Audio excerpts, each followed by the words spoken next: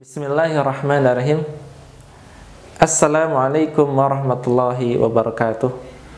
Segala puji hanya milik Allah Rabb semesta alam, yang telah memberikan pada kita kenikmatan yang begitu besar, sehingga dengan nikmatnya lah kita semua dapat termasuk dalam golongan orang-orang Islam.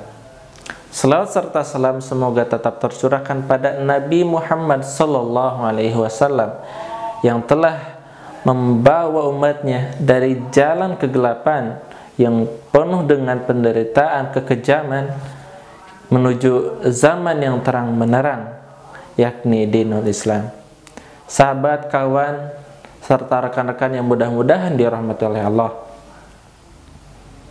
pada saat sekarang ini banyak di antara saudara-saudara kita yang tertimpa musibah, entah itu musibah ekonomi, musibah sosial, ataupun musibah kesehatan, di mana banyak di antara saudara-saudara kita sebangsa pula yang terkena sebuah penyakit yang sudah tidak asing lagi yang kita dengar, yaitu penyakit corona.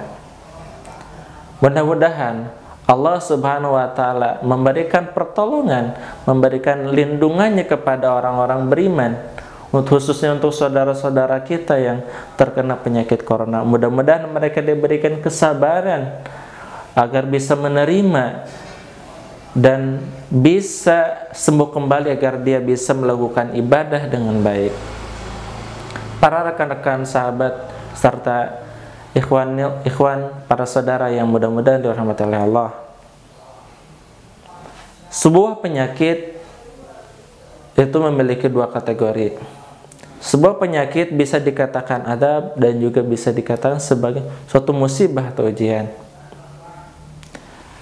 Dan hal itu tergantung kepada siapa penyakit itu datang.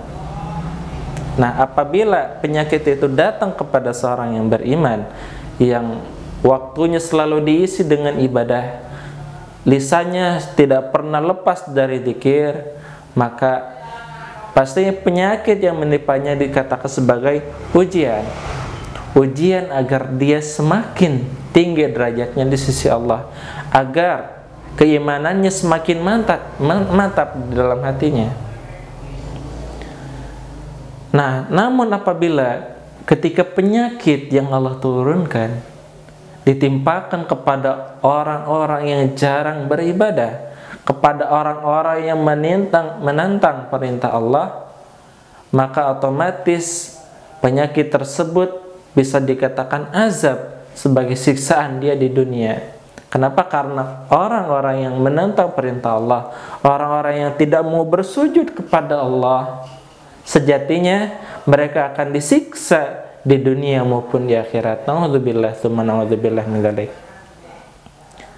Berkaitan dengan sebuah penyakit, saya ingin memberikan sebuah sirah, kisah di mana salah satu Nabiullah, pembawa risalah Allah, dia terkena sebuah penyakit yang belum pernah ditimpakan kepada orang-orang sebelumnya ataupun sesudahnya. Artinya penyakit tersebut tidak pernah dialami oleh orang selain beliau, yang bahkan jikalau dicari obatnya pun atau dicari berapa banyak dokter, itu tidak akan bisa disembuhkan. Siapakah Nabi Allah tersebut? Tidak lain dan tidak bukan adalah Nabiullah Ayyub alaihissalam. Nabi Ayyub alaihissalam, dia adalah salah satu nabi yang diberikan amanah Allah untuk mengurus, untuk membawa risalahnya kepada umatnya. Namun beliau sendiri sebagai salah seorang nabi tidak lepas dari yang namanya ujian, sebagaimana Nabi Muhammad SAW ditimpa dengan siksaan, ancaman, diskriminasi, nepotisme dan sebagainya, sampai Allah menguji Nabi Muhammad itu sendiri dengan musibah berupa meninggalnya istri tercinta Khadijah. Dan begitu pula dengan sahabat-sahabatnya, mereka disiksa. Kenapa? Dan hal ini tidak mungkin Allah turunkan, Allah timpakan kepada orang-orang beriman. Sejatinya agar orang-orang beriman semakin dekat dengan Allah Subhanahu wa taala. Itu artinya penyiksaan dari manusia yang berupa ujian kepada orang-orang beriman itu membawa ridha Allah Subhanahu wa taala agar kita bisa menjumpai Allah di akhirat kelak. Nah, Nabi Ayub alaihi salam adalah nabi yang ditimpa penyakit.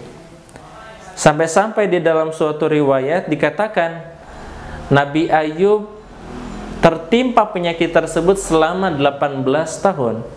Selama 18 tahun lamanya beliau tidak pernah sembuh dari penyakit. Bahkan setiap hari berlalu ketika penyakit itu masih menimpa dirinya, bukannya penyakit tersebut semakin melemah, akan tetapi justru kondisi penyakit tersebut semakin memburuk dan memburuk.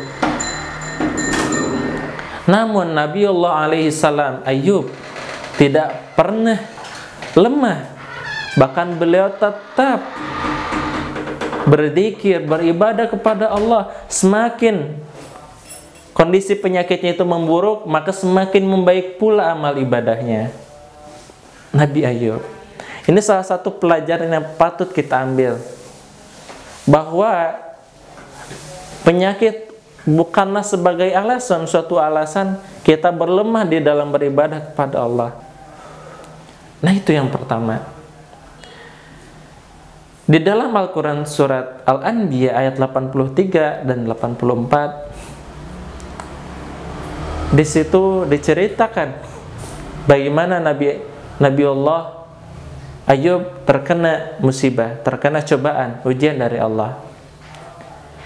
Beliau ini memiliki 3 keutamaan di sisi Allah. Beliau yang pertama adalah orang yang soleh, penyabar, dan beliau juga termasuk orang yang selalu berbuat baik kepada orang-orang di sekitarnya, apalagi berbuat baik kepada orang-orang miskin. Nah, suatu ketika Nabiullah Ayub sebelum terkena penyakitnya, beliau memiliki harta kekayaan yang begitu besar. Lalu yang kedua, beliau dikaruniai anak sebanyak 12 orang, dan dari 12 orang ini adalah anak-anak yang kuat, sehat, dan yang paling utama adalah anak-anaknya adalah orang-orang yang soleh. Anak-anaknya adalah orang-orang soleh. Tentu sebagai seorang orang tua, ketika memiliki anak yang soleh, kita akan bangga, memiliki kepercayaan, memiliki rasa tersendiri ketika memiliki anak yang soleh. Gak mungkin anak soleh tersebut kita campakkan atau kita tinggalkan begitu saja. Kenapa? Karena anak yang soleh adalah kunci ladang bagi orang tua agar bisa masuk surga. Sedikit demi sedikit kekayaannya tersebut hilang. Hilang, harta yang begitu banyak hilang. Bukan hanya saja rumah, tanah, bahkan beliau memiliki binatang ternak yang begitu banyak, mati sekejap, dalam sekejap, tanpa sisa. Dan anehnya, binatang tersebut yang mati itu hanya menimpa pada binatang-binatang ternak miliknya saja. Sementara milik orang lain masih sehat. Melihat kejadian tersebut, Nabi Ayub bukannya putus asa, bukannya melemah di dalam hal ibadah, justru beliau lebih meningkatkan lagi keibadahannya, meningkatkan ibadahnya di sisi Allah. Lalu yang kedua, Allah uji dia dengan mengambil anak-anaknya mati seketika dalam suatu kejadian, di mana mereka berada di dalam rumah, lalu rumahnya tiba-tiba roboh, dan kedua belas anak tersebut mati seketika, meninggal seketika di dalam rumah tersebut.